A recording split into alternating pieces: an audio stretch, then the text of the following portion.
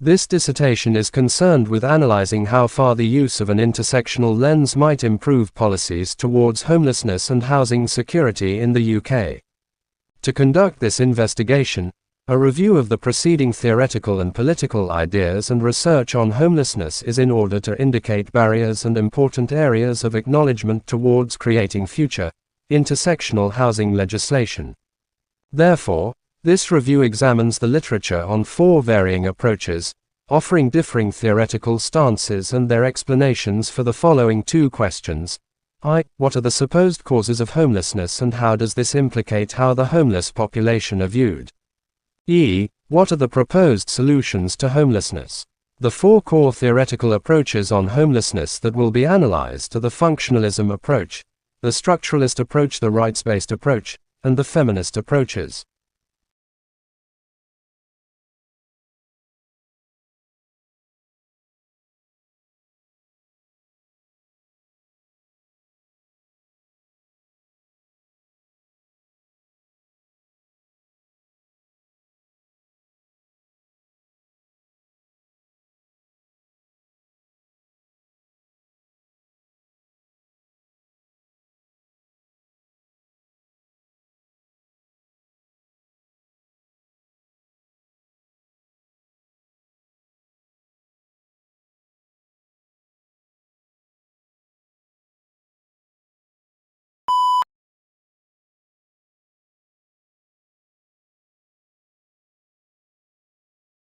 Sleeping rough, people sleeping, about to bed down, sitting on, in or standing next to their bedding, or bedded down in the open air, such as on the streets, in tents, doorways, parks, bus shelters or encampments, people in buildings or other places not designed for habitation, such as stairwells, barns, sheds, car parks, cars, derelict boats, stations, or bashes.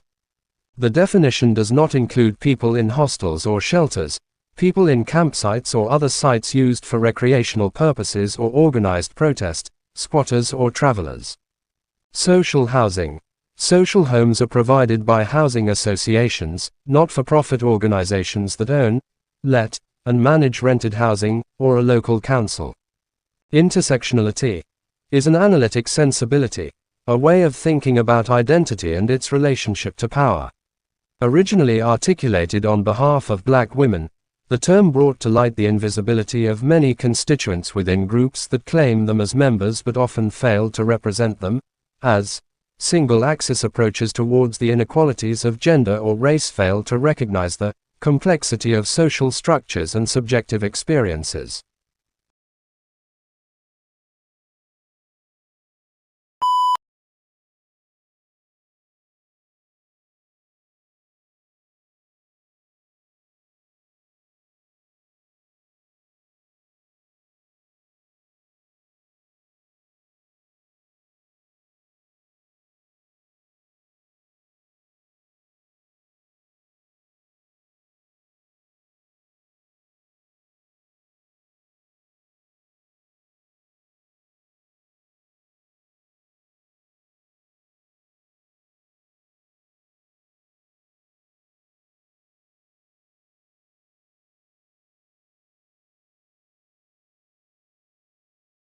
The developmental area specified for this activity deals with improvement of tutoring initial training teachers on class and teaching manners. The appropriate facet that I shall as a mentor focus is the effective approach to cheering the teachers by personalizing how best to support them and enhancing the formats of our professional development meetings. This focus is particularly relevant given the current responsibilities of the role, which include instructional leadership management responsibilities and presenting faculty development sessions geared towards enhancing instructional practices in teaching and promoting a positive work culture. They should involve implementing professional development workshops that enhance the knowledge level of teachers and implement the introduction of new practices in the teaching methodologies.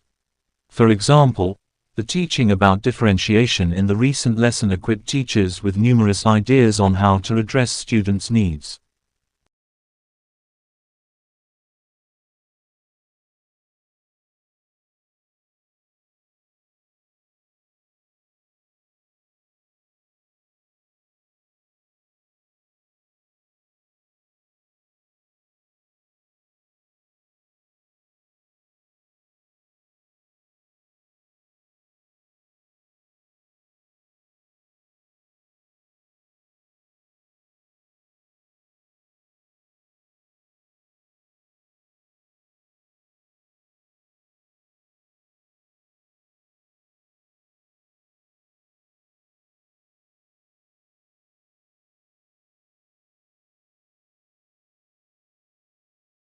There are many challenges in our school which are located in urban areas and the student population is diverse.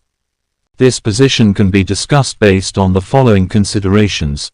This is so because there is a tendency for the students to perform differently depending on their ability to pay for their tuition fees and other charges. As much as we have tried to expand the offering of education, achievement still follows a similar pattern. This is further compounded by the fact that many of the programs are underfunded and often lack adequate resources to adequately support the needs of the clients. This is not exclusive to the schools and can be attributed to other national trends in the United States. Research has noted that disparities in learning outcomes among children in the low and high SES learning environments are widening, which has necessitated more targeted approaches. This has led to the introduction of such activities such as after-school tuition and mentorship at our school. However, these efforts are limited by lack of funding, a factor which is not new in literature regarding education inequity. These disparities are also a subject to the new national policy known as Every Student Succeeds Act (ESSA) that mandates all schools to be accountable for every student subgroup.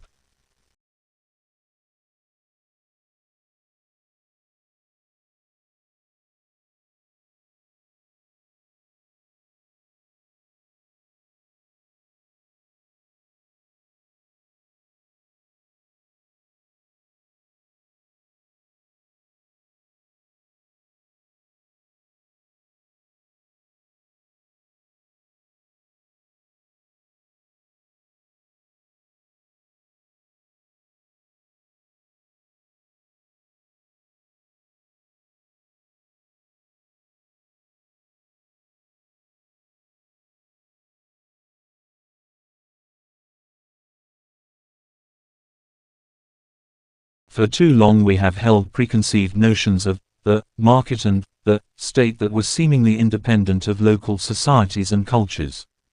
The debate about civil society ultimately is about how culture, market and state relate to each other.